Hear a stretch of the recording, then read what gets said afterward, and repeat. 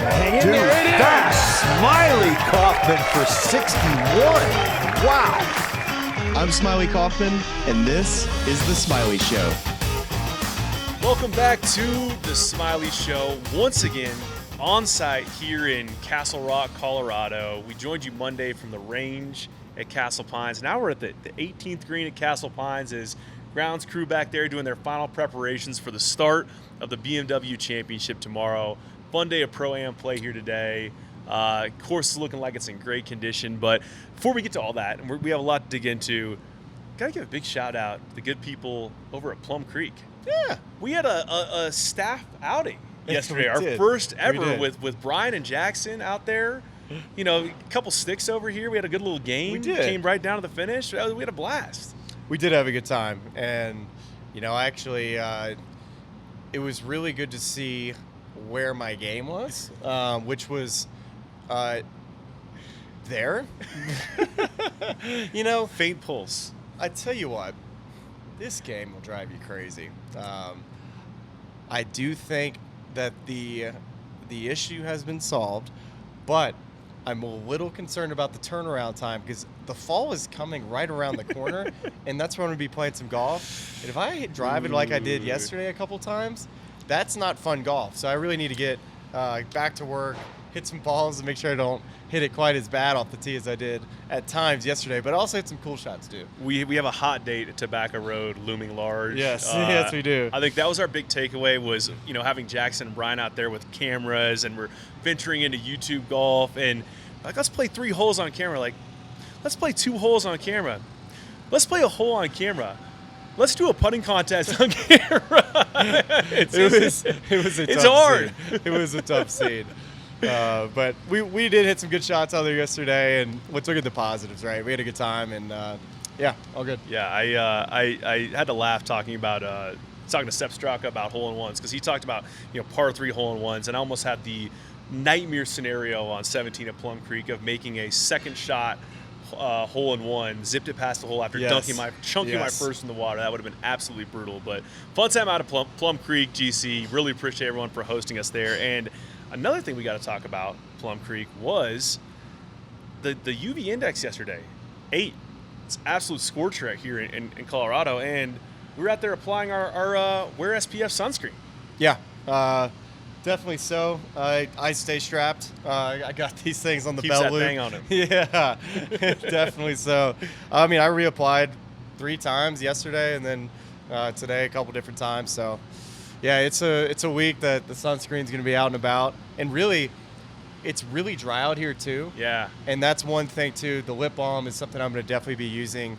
And yeah, thank you. I was gonna say if I can get my zipper open, Can I get a hit, bro? You want to share lip balm? Can I do go halvesies on a 30 SPF lip balm? Can I get a little hit?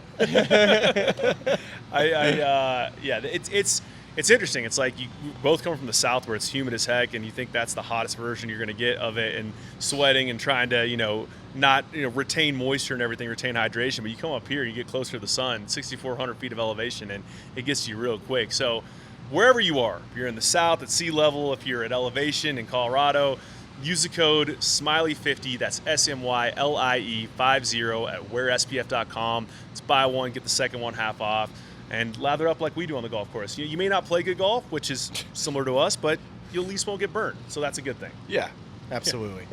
So let's get right into it, because you were out on the golf course today. I would tell you that I walked the back 9 with Jackson this morning, but I don't think that's a correct characterization. I hiked the back 9 because it's a true hike out here. I mean, I can't illustrate this any better than they gave us course maps, and you look at this course map, it's stylized as like a ski slope. They got like black diamonds, or the blue squares, the green circles, all that type of stuff. It's literally you could go sledding off like 10T, off 11. I mean, it's a walk out here. It 100% is. It's about a 8 to 9 mile walk out on this golf course here at Castle Pines. I went around it today in my golf cart, and must be nice. It's gonna be a long week for the guys out on the ground. Just to give you some elevation, just as far as the feet. First hole, the tee to the landing area, 115 feet. Second hole is a 65-foot drop, 45-foot drop in the third hole, 20 22 feet up on 5, 34 feet up on 7. And as we go down to the back 9 on 10, you got like an 80-foot drop off the tee. So the tee shots on 1 and 10, those are going to be fun to follow just to see, the hang time on some of these drives you're going to get. It's going to be fun to watch these guys try to navigate, when to be aggressive off the tee with drivers, and when to lay back to find the fairways, because, going around this golf course, what surprised me is how residential this place is with, some out of bounds, very close to some of the fairways that'll definitely catch some guys' attention. And it's a Jack Nicklaus design, and this place reminds me at times of shots that you have at Memorial. Some shots remind me that you'll have at Augusta National. Some of the drives, for the most part, remind me of what you see in typical mountain golf, which, Reno would be an example, but I don't think anybody in the top 50 here has probably played Reno in quite some time. So it's probably not a good one to look at. But, yeah, it's a very unique golf course, blended with, mountain golf, perfect conditions, and then typical, small sections that you have to hit into with wedges that you're now trying to calculate with, potential with some firm greens, and then, the ups and downs that you're going to have to calculate. And pretty much every single hole, for the most part, you can't miss long. So that'll be the big thing is, can guys leave it in the correct positions? Because I do think when you do get on the greens, you're going to be able to make some putts. Although it is, just me standing on the back of a certain green and then I go to the front of the green, I'll think it's uphill when I'm looking at the front, and then I'll go to the back and then I see it the total different way. And it was messing with my brain, almost like I'm going to get on my yardage book tomorrow and try to put a dot on where the mountain is moving to just not get lost on where you are. Because if there's any pull out there, it's going to be down the mountain. And sometimes you can kind of get lost based on how they build these greens, whether it's up against the slope or with the slope. And I think the guys that are able to kind of maneuver and see these greens the best are the ones, if you're hitting the fairways, obviously, are the ones that are going to be up there at the top. We're going to talk to Sepp Straka about this and Craig Stadler about this in a couple of minutes here. But just curious for your perspective on this, because we know, obviously, these players and these caddies are the best in the world at figuring out what the number is, right? But there are so many variables this week in terms of just this entire place at 6,400 feet of elevation. Then you just ran off a list of all these holes, the change of elevation on those individual holes going up or down. And then wind coming into play. Like, we were looking at the BMW flags over here and watching some of these flags ripping in the morning, and it's a little bit down right now. But if that kicks up at any moment, all of a sudden you're standing over a shot, and you got like 3 or 4 different variables coming into play. And it, again, like, these guys are the best at it, but do you think, how important is that player caddy dynamic this week in terms of trying to kind of dial in what club you're taking and how you're going to hit it? I think it's a bit of a guessing game. I think Thursday's going to be a big test for a lot of guys. Some guys maybe will play too aggressively, and it'll lead them to some mistakes with their club choices, while other guys maybe play a more conservative route or have a better gauge of a game plan on how they're going to deal with the elevation. And this golf course, too, when you get in the rough, especially with bad angles and you have forced carries, there's not great run-up areas on a lot of these holes, especially the ones that go uphill. You can't really run it up. And then the holes that are the shorter of the par fours, if you miss the fairway with a bad angle, now you're worried about first carrying the penalty area, which a lot of these penalty areas are marked yellow, which are for people that don't understand the difference between red and yellow.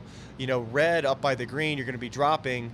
There's a majority of these holes have yellow penalty areas around the greens, which takes you back towards a drop zone. A good example of that would be like Augusta National. When you hit in the water on the 11th hole, you go to a drop zone, short left, and you'll see a lot of guys this week when they hit it in the water, it won't be that easy up and down for bogey. They're actually going to be bringing in double bogeys when they make mistakes off the tee, or if they hit a poor wedge shot from the fairway.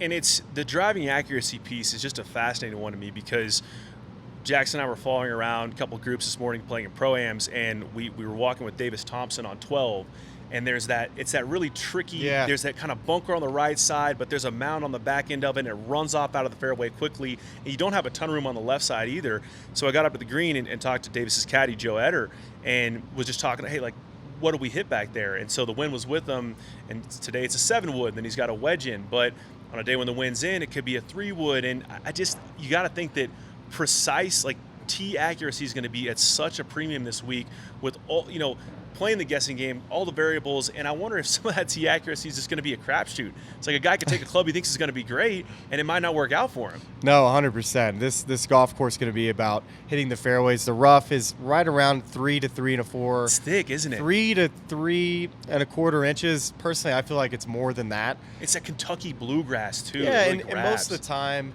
it gets trampled down as the week goes, so it gets less and less typically, unless you have a bunch of rain that keeps moisture in it, which then that's when the golf ball doesn't come out quite as hot. But Thursday, Friday, when you're missing fairway, is going to be definitely very penal. One of the cool things about this golf course that we found out in the meeting is that there's a wildlife manager.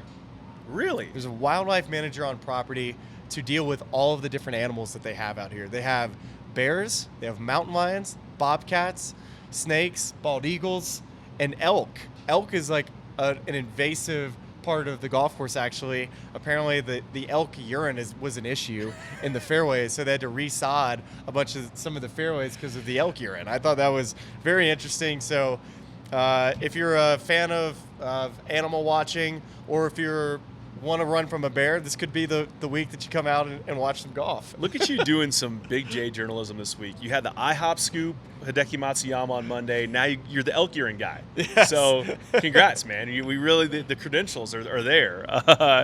When painting this picture, right? We're talking about guessing games, things like that. So you got to think that familiarity is helpful here, right? Right. And the guy that we've been talking about all week, we've been hearing about, who this is home for him, is Wyndham Clark, guy we had on the show last week, finished tied for 7th in Memphis.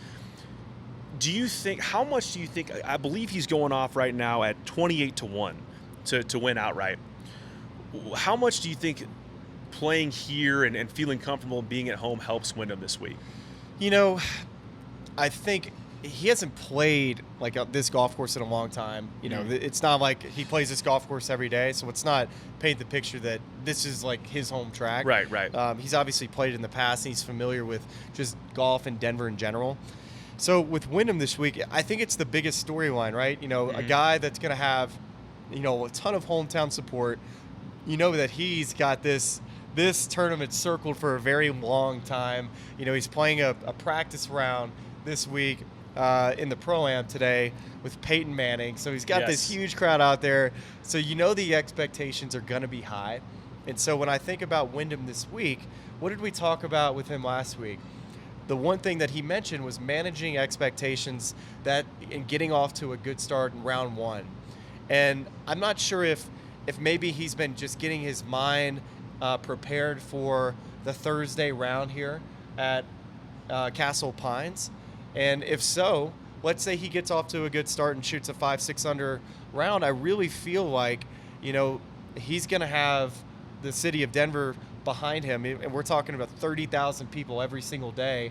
There's, obviously there's fan favorites out here, Scotty, Xander, and Roy McIlroy, but I think Wyndham Clark is the number one storyline I'm monitoring this week.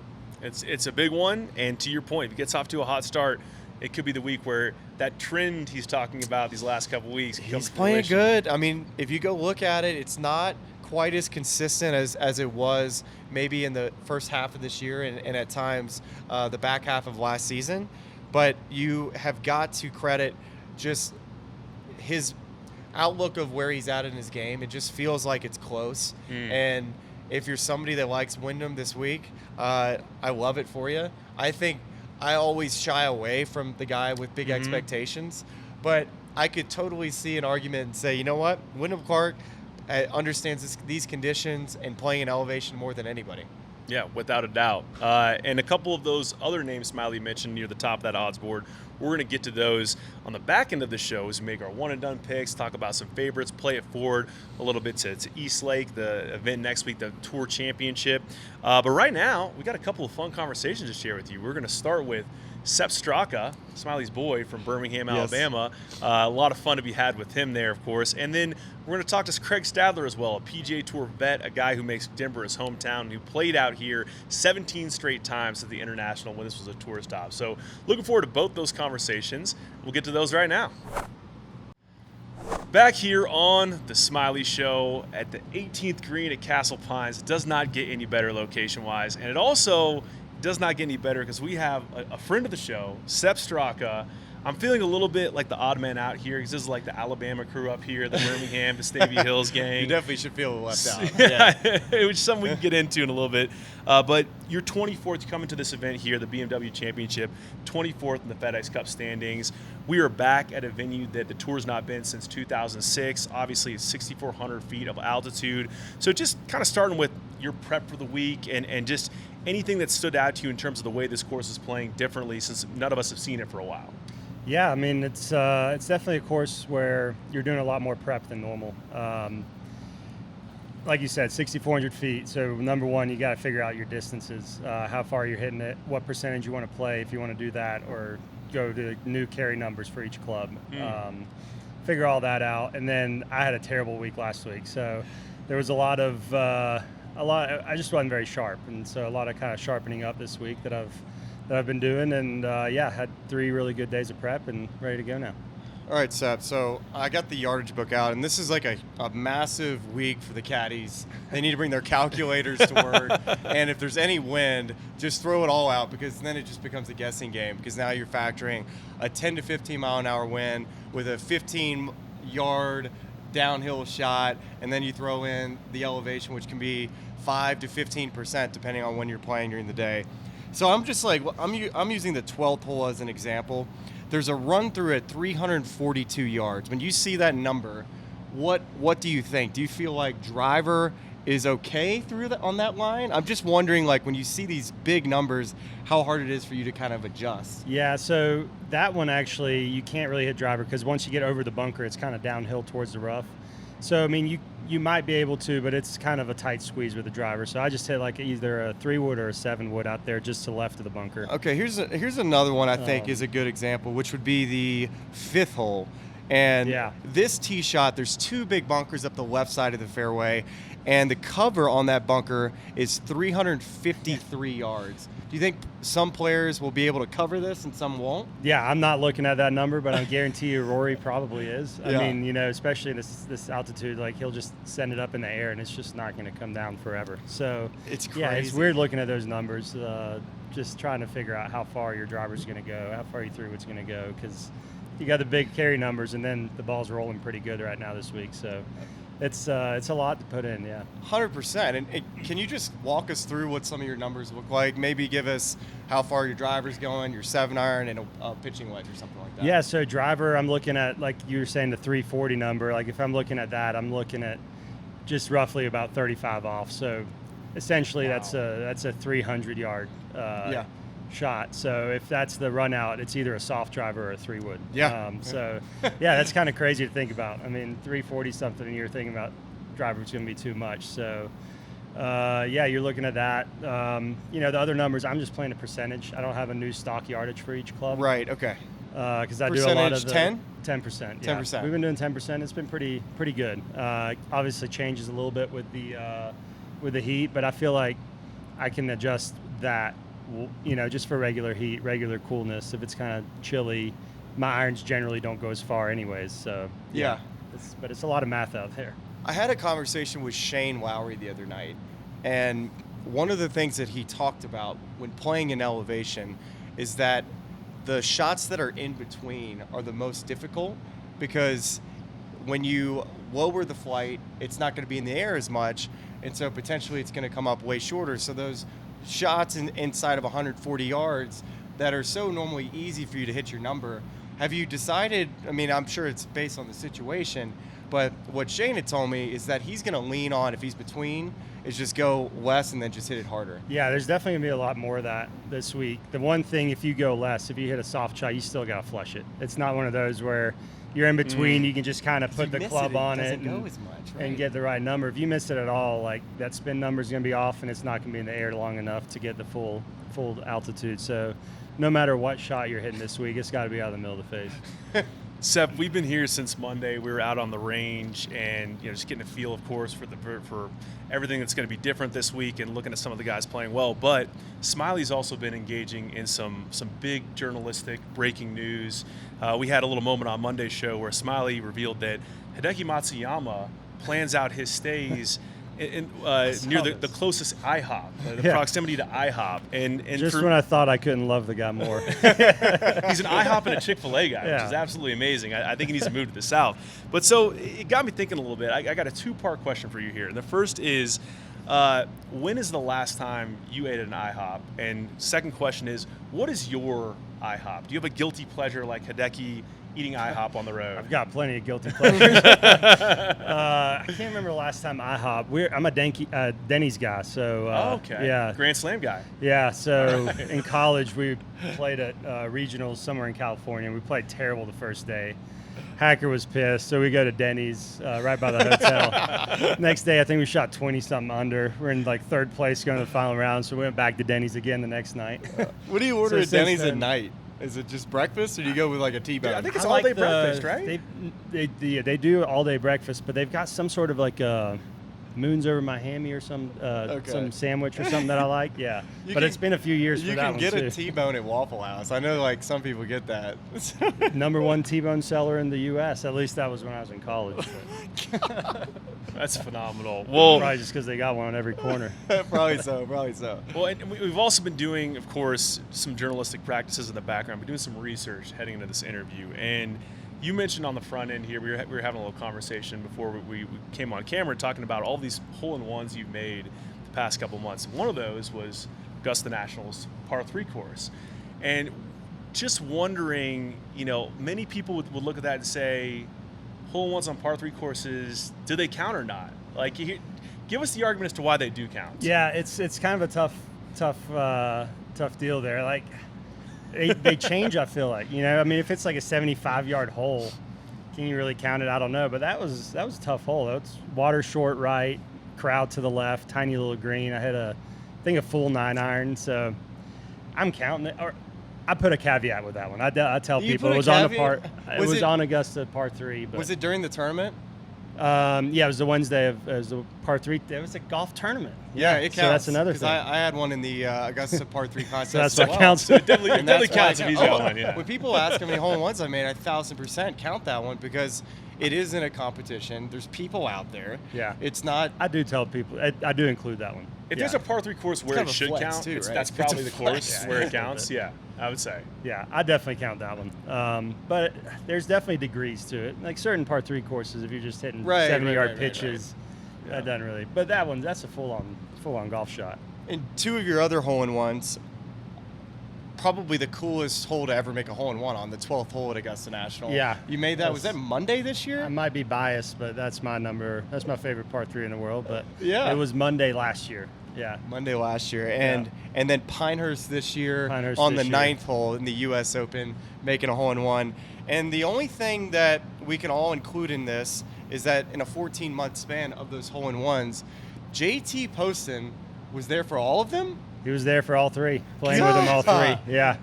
So this year, the par 3 course, that was the second one of the 3. Our celebration was a little tough. I just freaked out, jumped up.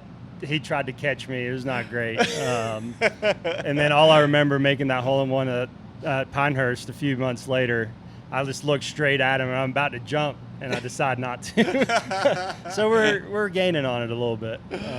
Celebration's getting a little better, but it's still not quite nailed down. Gosh, and the reason why Charlie asked this question, do par 3 hole-in-ones count on a par 3 course? This question came from your twin brother, Sepp Straka, because Just feeding us info. he says that you are so on that side of the fence that yes, it always will count. And by the way, we got some good questions from Sam here and that we're going to hit you with as well. Yeah, I bet he's been there for everything, so I bet he's got some dirt on me. But yeah, he does not count them, so we're kind of against him there. Well, I think the first one that needs to be asked, and this just isn't to you, this is to Smylie as well, because I think you're both on trial here a little bit, is you guys are both, of course, SEC guys, right? You're Georgia Bulldog, Smylie, LSU Tiger. We're hearing rumors that you guys are going a little soft being married to Auburn Tigers. There may be a little bit of War Eagle kind of movement happening in your fandom. You care to refute that, or what's happening there? Well, I'm just doing good work for the Dogs because ever since we've been together, we haven't lost to Auburn. So, it's been a good run. So, yeah, I'll just keep up the good work there. How many years in a row is that then? We met at the last game that we lost, which was at Auburn in 2000 and, boy, I don't know. Turn of the century? 2018. Been a while. Yeah. Are you like, how old is Leo and how's the recruiting going there? Is it kind of a house divided situation in terms of gear? We haven't talked much about it, but now that we're getting into, we had a bit of an argument about it last night. He's 8 months today. Okay, there you go. And she was talking about while I'm in Spain for a tournament, she's going to want to take him to the Auburn game. Mm-hmm. That's where I lost Santa Carter. She said she's basically already filled out her paperwork to be a cheerleader or be in a sorority at Auburn. She's a lost cause. I mean, Francie brought Abby down to Birmingham to meet Anna Carter. I mean, you ask the sales Anna pitch is Carter unreal. about Abby, it's like the Super Bowl, man. That's tough. It's gone higher than Dad. Abby, then Dad. It's a tough scene. I hope I don't get there, but yeah. So she wants to dress him in Auburn clothes that week. I said fine, but we're going to the Georgia Auburn game together. He's going to be wearing dog gear because it's in Athens. So That's good. That was my stipulation. We'll see if it sticks. I don't know. All right, well, let's talk a little bit about Sam, your twin brother. I'm not sure if I'm a little nervous. To be I'm not honest sure with if you. a ton of people know though that you are a twin, and I've played junior golf with Sam and you, Sepp. And for those that have never played golf with Sam, this guy is one. Like how long of a player do you think he would be out here on the tour? Would he be top 10 in driving distance, you think? I mean, if he kept playing full time since college, yeah, I think so. I mean, he absolutely crushes the ball, smashes it. It sounds different coming off of his club. Tillery, my coach, actually just showed me a video of him at Cuscawilla during he was hitting balls before the mid-am qualifier or something. I mean, the sound of that thing is just out of this world. So, yeah, he flushes it. He hits it far, but it's unfortunately not very consistent. We had a couple twins come on the podcast earlier this year. This was Maxwell Ford and David Ford. David, yeah. I know what Davis Ford, so like in my head I was getting confused. But we had these two guys on, and I was like, hey, name a number 1 to 10, and both of you guys say it at the same time. And they both said 7. And they ain't playing that. They had it playing that. No, I'm telling you, we've had a few moments too, though. I freaked out about that, and this is what I wanted to ask you: is that Sam believes that you two can like kind of read each other's minds, and whether Sam is watching on the golf course, there's like a way in which he can enter your brain and know exactly what you're thinking. Have you had moments like that where it's the other way around too? There's definitely been some weird moments between us, like where I'll say something and he says, I was literally going to say that exact sentence just now. It has nothing to do with what we were talking about. Or one time, I think we were in weightlifting class and had a whiteboard or whatever. And at the same time, we both go up and see if we can get the little marker to go off. But yeah, stuff like that where it is a little bit weird how we can kind of think the exact same thing at the exact same time. Well, you said weightlifting, and a lot of people, we've heard this on the broadcast now, that your nickname is Ox. Where did the nickname come from? A lot of people think it's just because you're a big dude, strong guy, but Sam was telling me you actually got it from your assistant coach at Georgia. Yeah, Doug. He, I don't know if anybody's seen the movie Stripes here. Oh, yeah. John Candy. Yeah. I need to catch up on that one, yeah. His name's Dewey. Dewey. Stripes? No. It's a great movie. You got to watch What's it. the premise? Well, just amazing movie of the yeah. past. it's incredible. That tells me nothing. Two basically potheads decide to join the army, and then just all the tomfoolery that comes with Pretty their much. Check it out. whole Yeah, their it's whole great. army group. It's fantastic. But John Candy's name in the movie is Dewey Oxburger, and they going around in a circle talking about, what are they saying? Who they are and all that. He says, "My name's Dewey Oxburger, but my friends call me Ox." And it kind of reminded my assistant coach of Dewey Oxburger, and since then I've been Ox. There you go. So it's not as good of a nickname as people think, because John Candy's obviously not exactly a very big, strong guy. It's on his club glove. His golf gloves came out. I was looking for just Sepp Straka 2 S's on his embroidered club glove bag, and it was Ox. I was like, perfect. That's actually kind of tough though, because people think it's XO. Oh yeah, yeah. Well, I want to get a little further into kind of just the Birmingham golf scene, of which you and your brother Sam are both a part of. And I get we're here for the FedEx Cup, but I'm interested in a very different cup. I want to talk a little Wolf Snake Cup right now. Oh God, because this tough is subject losing for captain me. for 3 years. Is that right? Really? Yeah, tough subject for me. This is what I want to get in. We've had Nick Dunlap come on the show. We talked about how well he played in this, and so I need a sketch of like your history playing in the Wolf Snake Cup. Apparently, I need to hear a little bit about your captaincy and how that's gone for you. Not gone well. I guess I'm a better player than a captain, but no, it's an awesome tournament. I mean, we've got a bunch of guys in Birmingham. Like, who are all the guys that have played that are tour guys? I mean, just think about the list. I Right? mean, Robbie Shelton, Trey Mullinax, Wilson Furr, Dunlap. I mean, I guess he's a Tuscaloosa. Lee now, but Hodges, Lee Michael Hodges, Johnson. Michael Johnson. Just Hand go down up, the I list. was a tour player. I've Smylie. played. But no, it's a good. Do we throw Jeff Curl in there? Got 100%, yeah. he was on Curl in Corn there. Ferry.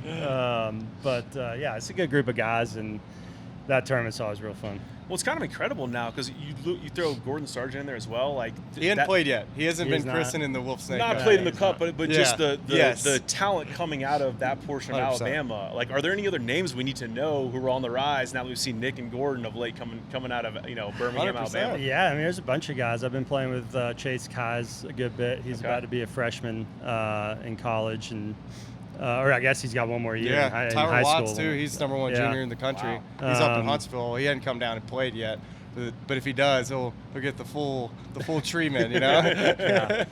But I mean, this is a great spot for golf. A lot of good golf courses, and it's awesome. That Wolf Snake Cup. So anytime that I have Nick Dunlap on a broadcast, I have an opportunity to talk about just how long I've known him, how mature of a golfer he's been, how high his IQ is as a golfer.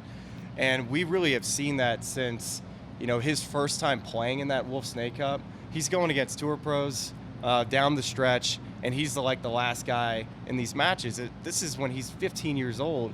And I remember one of the years he lost one of the last matches and literally practiced the rest of the night to try to get ready for the next day, just as an ultimate Granted, he was competitor. too young to take part in the festivities at walk-ons after. He's still, to be fair, he's still too young to take part in the That is true. festivities That by is the true. law. Yeah. He's 20 years old. Yeah, but no, it's been great watching him play. I mean, since he was 14, we've been playing with him. Unreal. And when he was 14 years old, I didn't feel comfortable giving him a shot. So I had a good feeling he was going to be out here pretty soon. And yeah, he got out here real quick. And Sam, your brother's played in this, and at the Wolf Snake, he was actually, him and I played as partners together in that. And your brother, I think, two of my favorite people to ride in a golf cart with would be Jordan's brother, Steven Spieth, your brother, Sam, like my two ultimate favorite cart mates. Guys that just keep the energy up. They're definitely going to have some beer to make you, like the camaraderie in the cart is always going to be great. I feel like anytime you play golf with Sam, it's always going to be a good time. Yeah, I mean, he's just awesome to be around. Definitely a little more outgoing than I am, but yeah, I love playing golf with him still. It's never really a dull moment. You'll always see one shot that you've never seen before in your life. No. I mean, just like out of the woods, 40-yard slice to 10 feet or something crazy's going to happen. He told me when you got out on the PGA Tour, the first time you went back and played with him again, you asked him, like, hey, do you want any shots? And he was so pissed. He was pissed. Yeah, he was pissed. He's still pissed if I bring up shots. He does not want any shots.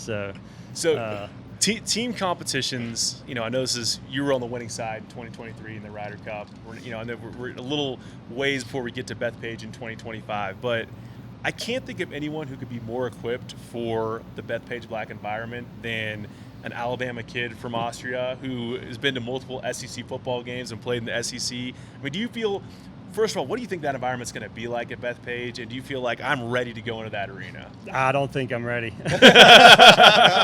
No, I don't think I'm ready. I don't know. I think the Alabama thing's going to work against me up in New York too. So, yeah, I think it's going to be crazy, but I think it's going to be a lot of fun to try to tackle the environment. So, definitely a huge goal for next year, trying to get on that team.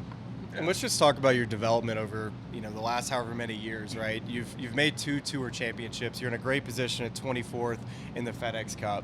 And, you've had 2 really good coaches this is what Sam and I had talked about, is that you're growing up, you had Claude Griner. Is that how you pronounce his? Claude Grenier, yeah. Grenier, excuse Canadian, me, I should say. French-Canadian. He mentioned how him as a coach growing up, how good he was for you and Sam's development. And then over the last couple of years, I guess I'd say maybe the last 4 years or so, you've been with John Tillery, and just seems like your stats every single year continue to improve as well with your short game coach, Tim Yelverton. Yeah, I've been really lucky. I feel like I've had great influence from a lot of people. Claude, to start kind of the fundamentals of the game. He was the teaching pro at our home course in Austria.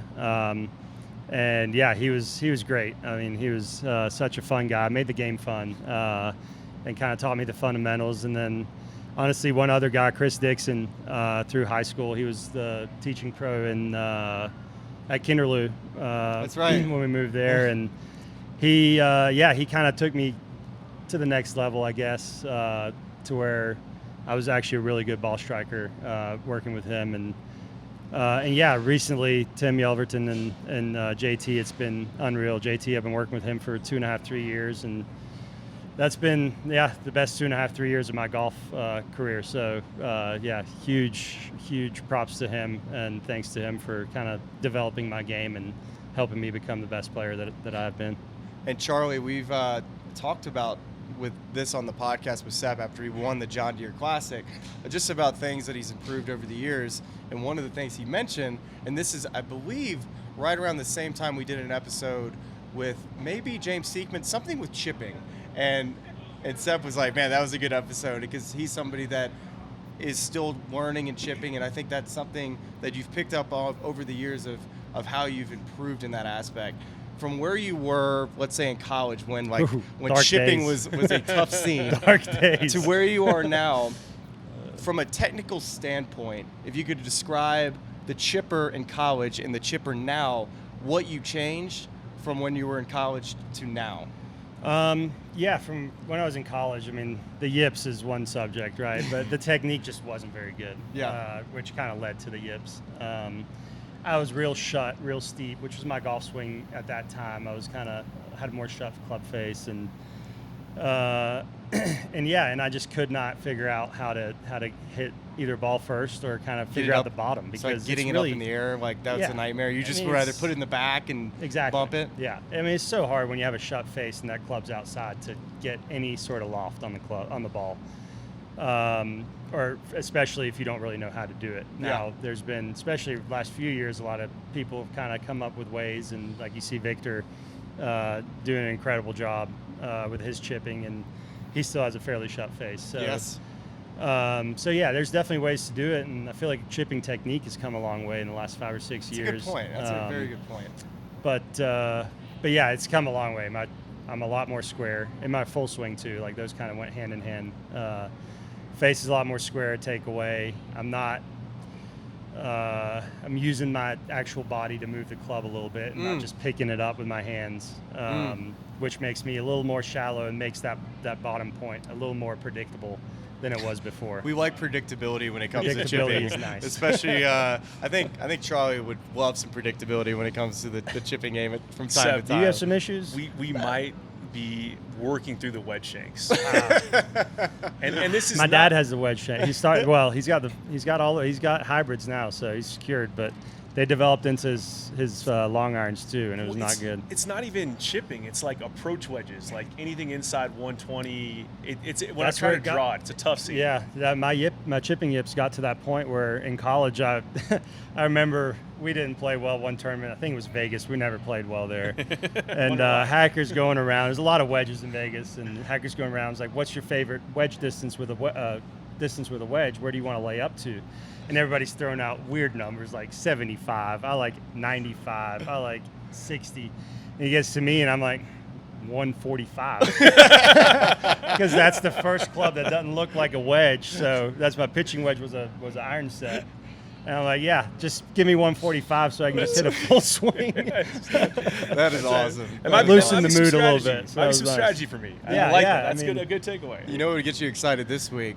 We got a little putter change from this guy this week. No, we're back. We're Oh, back on the back? tunnel. Yeah, Okay, all right. Short-lived. All right, Back on the tunnel. Never mind. That is not news and notes here. Well, it's funny because I know you're the ox, but I always on the pod call you the microwave because when you heat up with that putter, it gets hot. It's very hot, very quick. Yeah, the last 2 years was awesome putting, and this year's just not been very good. So hopefully, a couple days on the bench will These heat it up. greens, I think we're going to see a lot of made putts on these greens. They're perfect they're surfaces. Pure. You could see everything. It's right in front of you, so I think you'll see this guy heating up. There's nothing like a bench putter. I mean, it gets you going real quick. 5 years, she gets a little comfortable. You got to let her know that there's other options out there. This is the last one for me. Last one from the Sam research file. On the way out here, we're told you're an original Swiftie, like iPod era Taylor Swift lover. So we're fresh off the Olympics. Here's what I want to know. Give me your podium of Taylor Swift songs, your bronze, silver, gold Taylor Swift songs. I mean, this is like high school, like teenage stuff, right? So you're like country Taylor Swift. Oh, yeah. No, I don't like the new stuff. No. Oh, okay, all right. No, not a fan. But, curly hair, that. But she was my high school crush, I would say. Many of us. I'd go probably White Horse, maybe 15. And then, Love Story's a classic. So, yeah, that was kind of my jams back then. There you go. Come a long way. Do you want my podium while we're here? Please. Love Story is my gold. Silver is going to be August, and bronze is going to be The One. There we go. Look at you. See, I didn't know you're a Swiftie. Oh, buddy, the real Swifties will be really excited about that list there. I'm more into the later emotional Taylor Swift, and kind of like basically it's my wife listens to Taylor Swift, so I don't know the names of the songs, but I like the last couple albums. They're very moody. Yeah, I can kind of get behind that. Yeah. Even though that's not your scene, Yeah, no, just been out on Taylor here recently. I think it happened when she straightened her hair, which was a while back now. But yeah, like I said, Taylor Swift. high school crush. So that's all I got. That's it. That's it, man. You we're closed gonna end on this Taylor, huh? I just emptied the tank for all these questions for Sepp, man. That was really good stuff, and really excited to watch you out here this week. But what I'm also excited to watch is Dewey, your caddy, try to scale the mountain, which is this Castle Pines place, which has 330 feet drop off from that first hole all the way down. It's going to be really fun to see.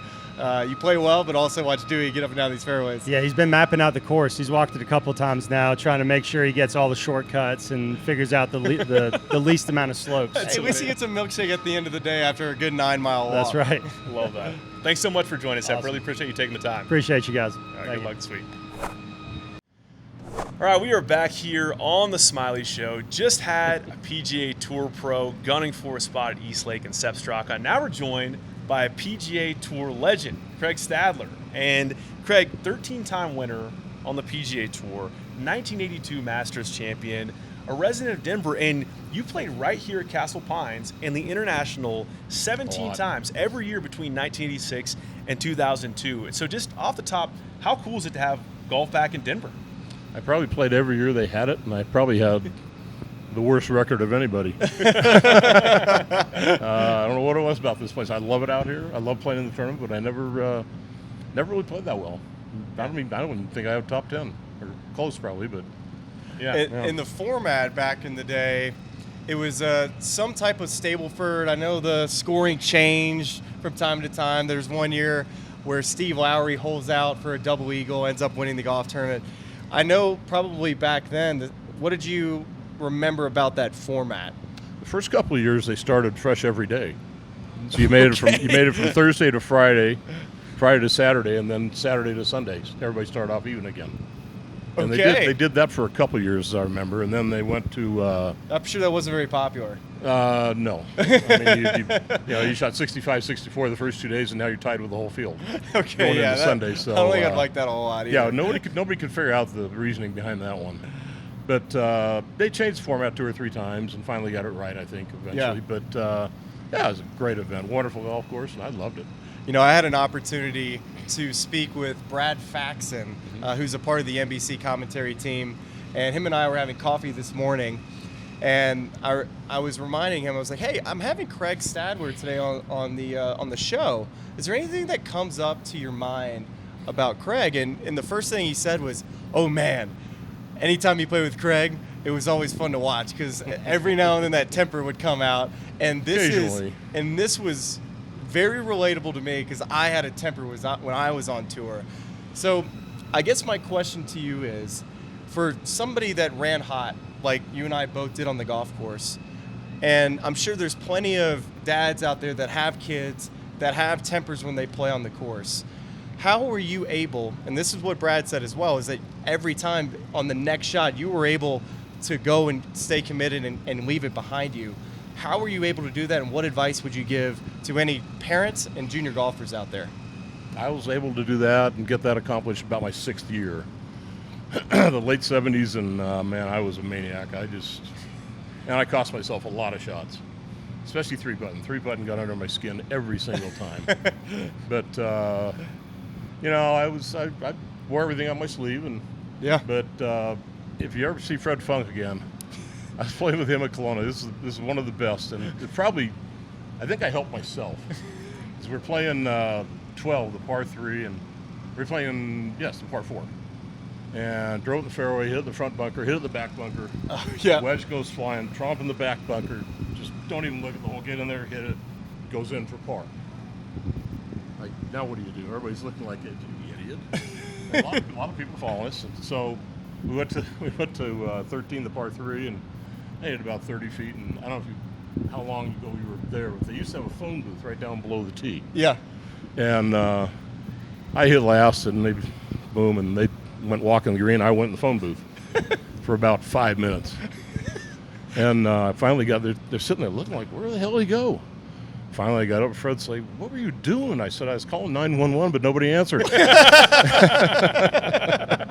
And I laughed at myself over that one. I think that's kind of what took me out of my funk for the rest of my career. Oh man, that is Absolutely. I'm sure there's thousands of more stories that you have like that over the There are years. a few. Yeah, I bet you do. And you know, for me growing up, you know, when I think of Craig Stadler, I think of the nickname, the Walrus, probably one of the best nicknames of any player on the PGA Tour history. How did you get it? Who gave it to you? And do you like it? Well, I have no choice of liking it. Okay. But Jerry Pate actually put it on me Jerry during Pate, the 75 Walker Cup. Really? We played a practice round, and I never really wore rain suits back then. Mm-hmm. And came in after just a rainy all day long. I just was saturated from head to toe. I said, "Damn, you look like a wet walrus." And it stuck, so I can't tell the story any differently. That's the way it is. There's the Walrus. He is the Walrus. Some nicknames are simpler than others, so that's a great one. Well, so Craig, here's what we got for you today: is looking at this event, we're thinking it makes sense to play a little game with you that we're calling past, present, and future, right? So we want to talk about this event from all different angles. Of course, there's a history here that we just talked about. So let's start right there with the past, with all the years, 1986 through 2006, that this tournament, the International, was held right here at Castle Pines. And I'd just love to know your best memories of this tournament, or you've already told a few hilarious stories today. Any great stories that you remember from this specific tournament? Yeah, not much really flew off the handle out here. Best memories of milkshakes. Yes, That's a great memory. I had that one was, that was yesterday. 30 years ago or whatever. Is there a specific But, flavor? Is there like what's the best milkshake combo if you're advising someone here? I don't know what they have here. I had I a haven't done that in 15 years. I had a black. It's called a black and white, and it's basically chocolate vanilla, and it's like tabletopped, and it was unbelievable. It's better than the Memorial milkshakes. It's better than Memorial Yes, milkshakes. 100%. That's a hot take. Yeah, that's my take. There you go. The best thing about, for me anyway, the best thing was, most enjoyable thing was coming out and actually hitting the ball a long ways, which nobody did back then. And That's understandable. the only thing I didn't like about this place is on 10, you know, Straight you downhill. only do this once a year, and 6-iron back then in those days was like 173 or 4. Yeah. And you got 192 to the hole, and you're sitting there thinking about hitting an 8-iron over the water. And just like, you can't go that far. But it Just your does. mind. But It's it a does. mind game. Yeah, and you know, back then I think the golf course here was 7,500 yards. Right. Maybe it's 81 something Yes, now, it is. I think. It's the longest PGA So- Tour event in history. Obviously, it probably plays similar to it does every single week. Yep. But on that note, as far as just the past, the question I have is, as we lead into this week, what type of player suited for this golf course that you felt like always seemed to play well here year after year in the years that the International was played? Yeah, I think you got to putt well, for one. The greens aren't Augusta-ish, but they're. Tendencies. I remember them being lightning fast. I don't know Yeah. how they are. I'm sure they are now. I was It all depends watching on the them weather. with the stip there. If we're all rain about. comes in and they Yeah. don't have rain, this place can dry out, and you can have some very Augusta-like putts. I was watching them with a stimp on the front there a little bit ago, and it Yeah. looked like it's probably 13 or 14. 12 and a half, 13 right now, but if they don't get any rain and wind picks up, Yeah. 100%, you could get it up to 13, 14. Yep. Yeah. Well, But, so there, no, just enjoying the golf course. So many different golf holes. You know, you got long, hard holes, you got short holes, you got Right. wonderful par threes, and just a treat to play every year. So you got a little bit of the past history, you got a little bit of the kind of the present, the player profile that could work here. So let's kind of play it forward to 4 or 5 days from now, the future. With the player profile you've talked about, with the guys that are in this field, who do you like to lift the trophy on Sunday here? That's a hard one this year because, I mean, they haven't played here in how long now? Since 06, right? Yeah, so probably the whole field's never played here. Correct. So, yeah, it's not going to be like a major for sure. They're like an open, so it's not that long. Yeah. At 8,100 yards, it's not that long. Yes. But I think just whoever keeps it in the fairway. The fairways are not very wide out here. Normally, I'm just looking at 18, but it's not an easy driving course. But you don't need your driver all the time either. So it'll just be, it'll be Scotty Scheffler, just somebody who's consistent every single day.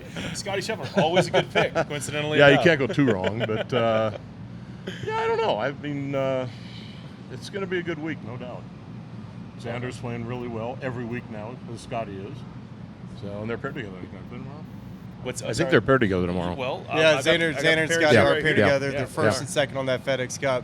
And I've heard some rumors that Xander looks very good out there this week. He's been working on his swing a little bit ever since the Open Championship, and he still finds a way to get in contention every week.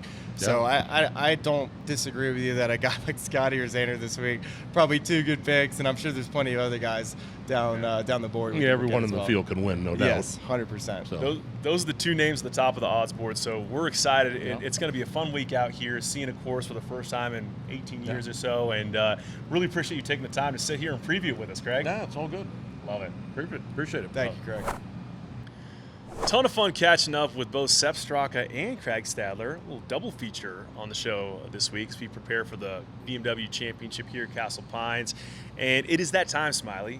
Time to talk about some names in the field, who we like, why we like them, and of course make our one and done picks. Because this is, I don't know what we're going to do in terms of FedEx Cup, how we're going to portion up those points or finishes and determine, who wins the season-long race.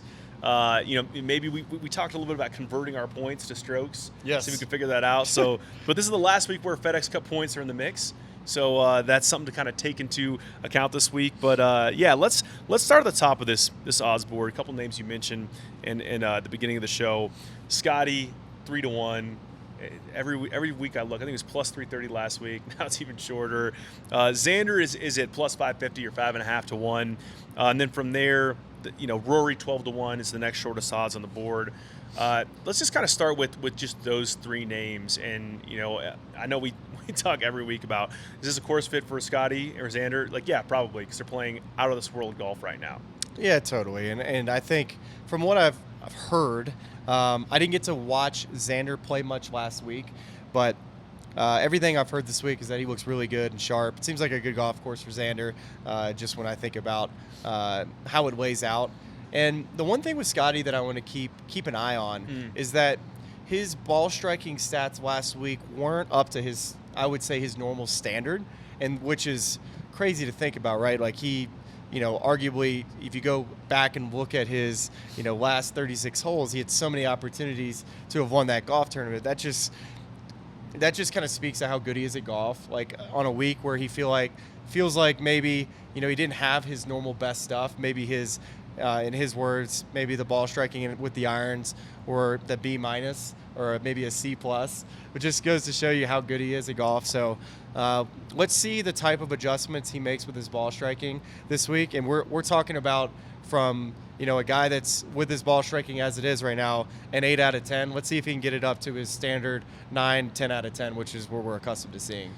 I'm interested in him this week for different reasons, but just there's an intrigue around how this place is going to suit him in my mind, because if we're looking at just the story of his season, and at Pinehurst there was this sort of randomness or variability of when you kind of hit it offline what was going to happen. I'm not saying that's the case here, but just I think mentally for him, he even said as much in several press conferences, it was just it made it hard for him to play well that week, and he didn't finish up to his usual standards as a result of that. But then you compare this place to Memorial, won the tournament there, and it's kind of narrow landing areas. You get into rough pretty quickly that's thick, outside of those fairways, and then you get into out of bounds even more quickly after that. He is leading the tour in strokes gained driving, so it feels like if he can kind of get the clubbing right with Ted Scott this week and kind of find some fairways, it should suit him. He definitely will. And I think it's nice, too, for him to change surfaces. He's a very good putter on Bermuda. It's what he grew up on. But last week you could tell that he just was in between his reads, and he was hitting okay putts, but I would say the conviction wasn't there quite as much as you normally see it, or at least we've seen this year how good his putter has been. So the bent Poe mix this week. I know earlier in the year you were saying wait till he gets on Bermuda, and some of the early tough putting performance he had were on the West Coast with Poe. Does that worry you at all? It's just Poe's kind of mixed into it a little bit. It's just some spotty Poe in there. It's much more bent. This is a golf course, as far as the greens go, it reminds me of putting on a Memorial. Putting, maybe not as there's enough Poe in there where you can't compare it to Augusta National as far as the actual grass is concerned. But as far as slopes go, I mean, there's small sections that you have to hit it in out here, which favors Scotty Scheffler. And then when you get in those sections, depending on how fast these greens get, at 12.5 to 13, you're going to have putts inside of 8 feet. They're going to have considerable amount of break. You're going to have to see the curves. And from last week, where I felt like it was much more of a spot putting week, it didn't feel like you could see the curves quite as well, just with the grain change and then how subtle and flat those greens can be. This week, a bit of the opposite, where the slope is it is obvious. The one caveat to that would be just knowing where you are on the mountain. Yes. Well, and then the final player out of that group, obviously a forgettable week for Rory in Memphis, and a lot of that was due to his approach play. Drove it actually pretty well. Do you think a place like this, where now all of a sudden you're adding in more variables as you're trying to select a club, is something that is an opportunity for him to come out and kind of rid his brain of some of the stuff the last couple of weeks, or do you think it makes it more challenging for Rory this week? That's a good question. I mean, from some of the numbers I've heard, like his 9-iron apparently is going like 185, 190. His 4-iron apparently was going up to 280 yards. These are just things I've heard about some of the numbers he's hit this week. So I do worry a little bit about Rory this week with his short iron game. I think it's going to be really important to be able to hit your numbers within 5 yards because of how tight some of these landing areas are.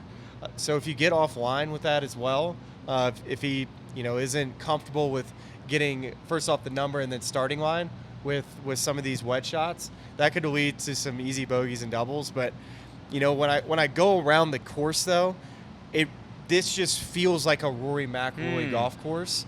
So my brain is telling me no. Like, the short irons could be a problem.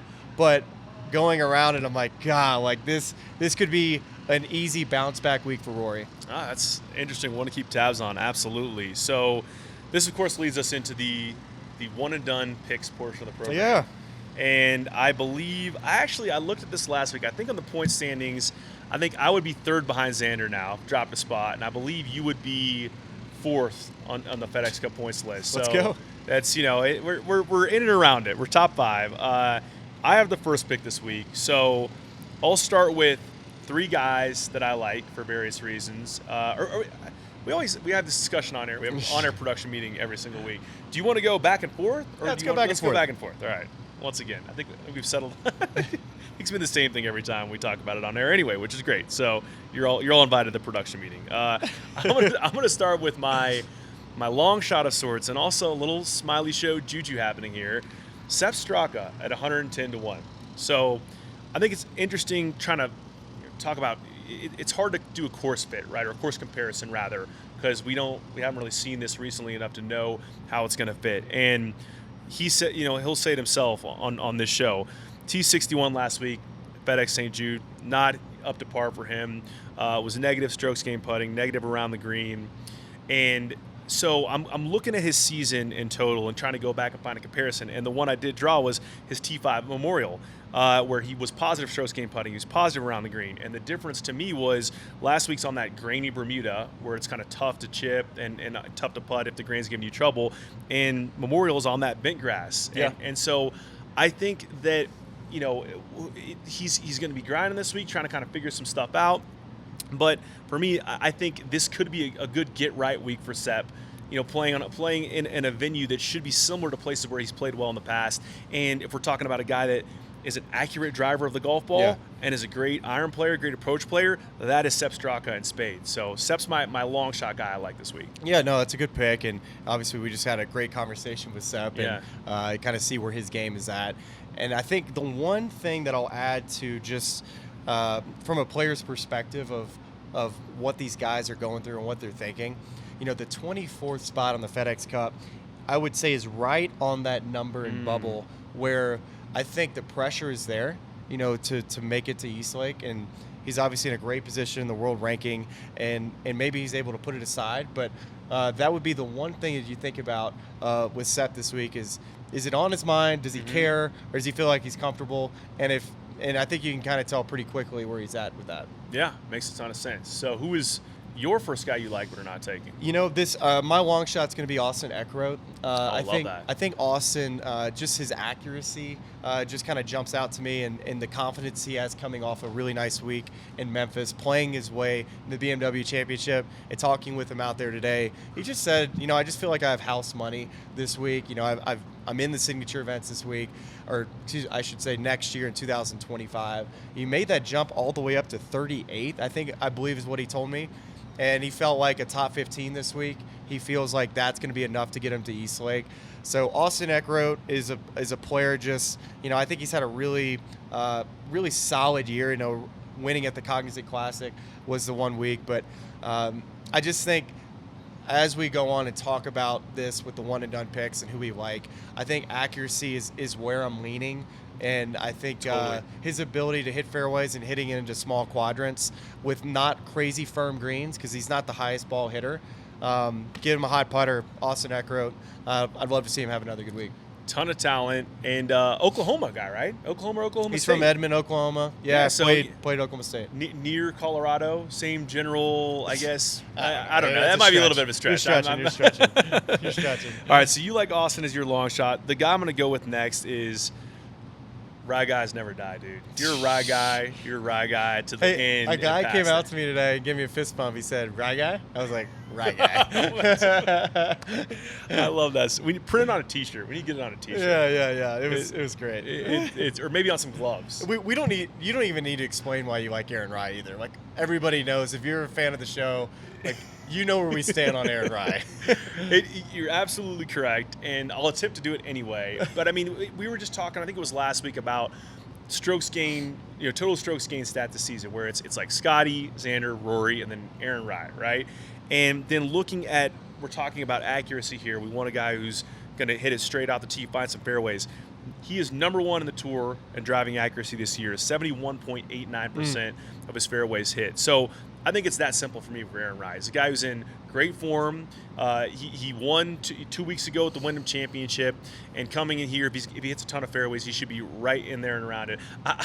I'm stunned if you listen to the show and you haven't picked Aaron Rai already. I'm not sure what's happening there because we've been telling you to pick him for the better part of the latter half of the season. But if you haven't, this week might be a good spot to take him. Yeah, 100%. And I'm doing live research. I'm not. It's not that I haven't heard what you heard. I just. I needed to. You've already heard it before. You don't need to hear it I need to again. do some live research, and that's my next guy that I wanted to pick and would have picked if I didn't realize that.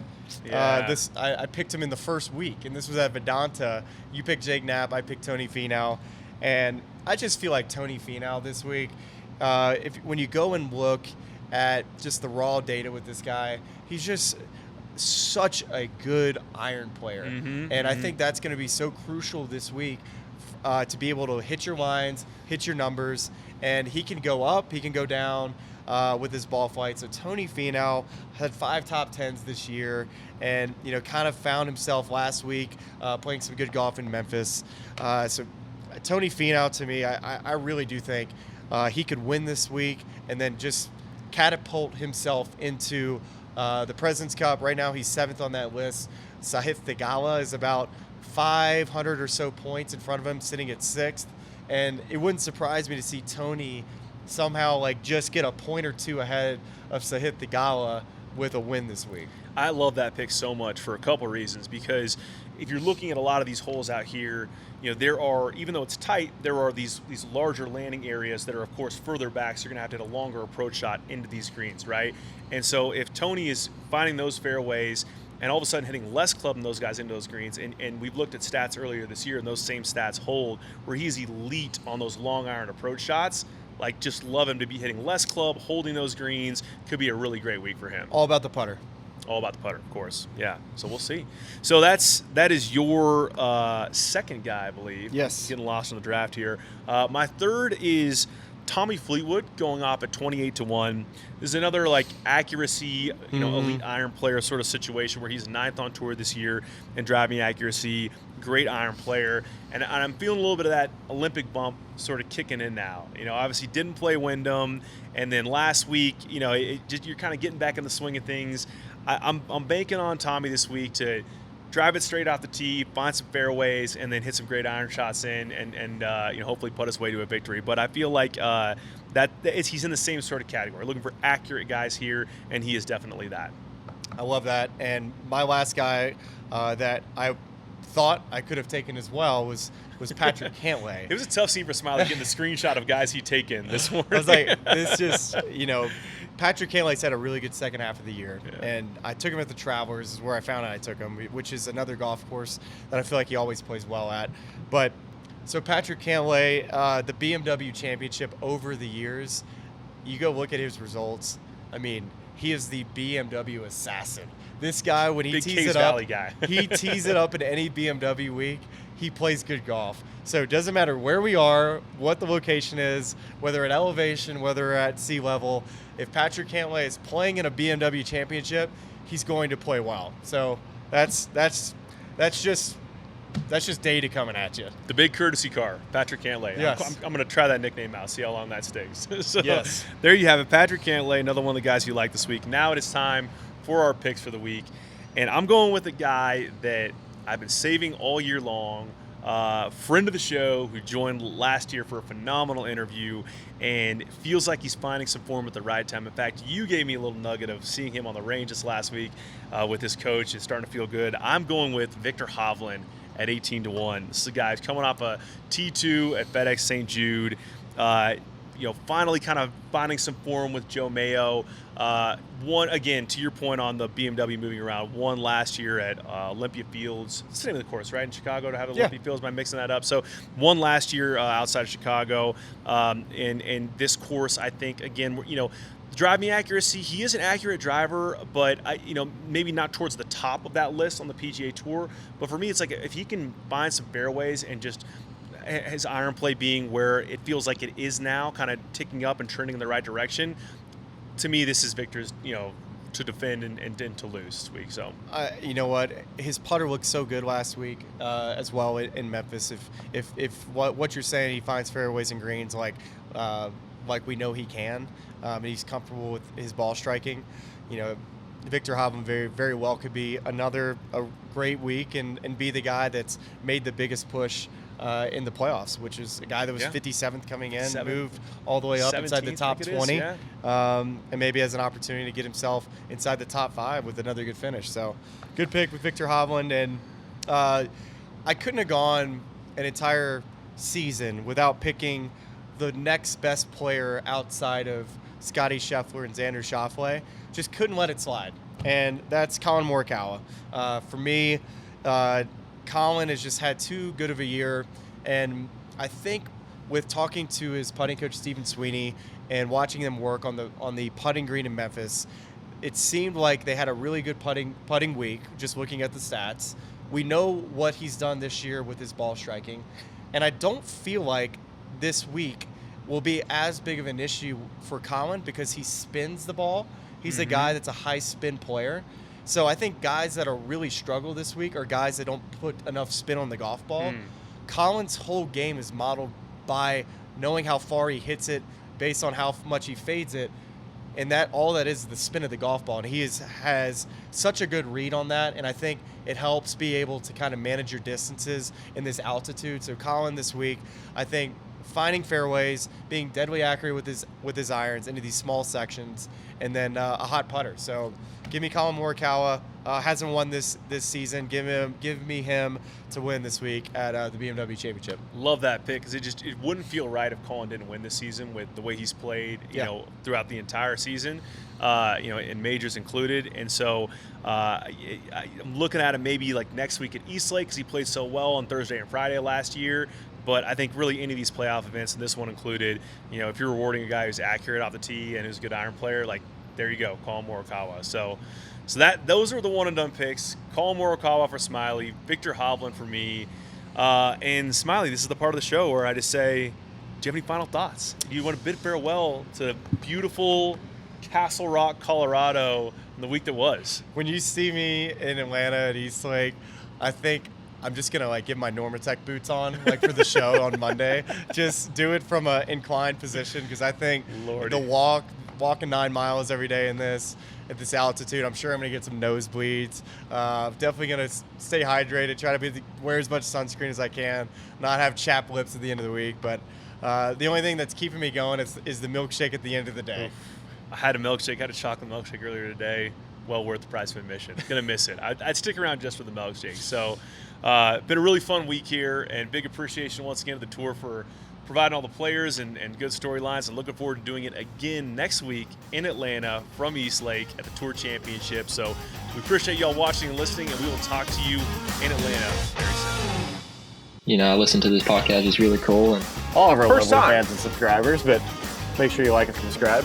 It's cool to see what you guys are doing. I know golf fans appreciate it, but we do too, so please keep it up. For all the good people of YouTube, like and subscribe. You guys have some good takes, so I'm happy to come on and shoot the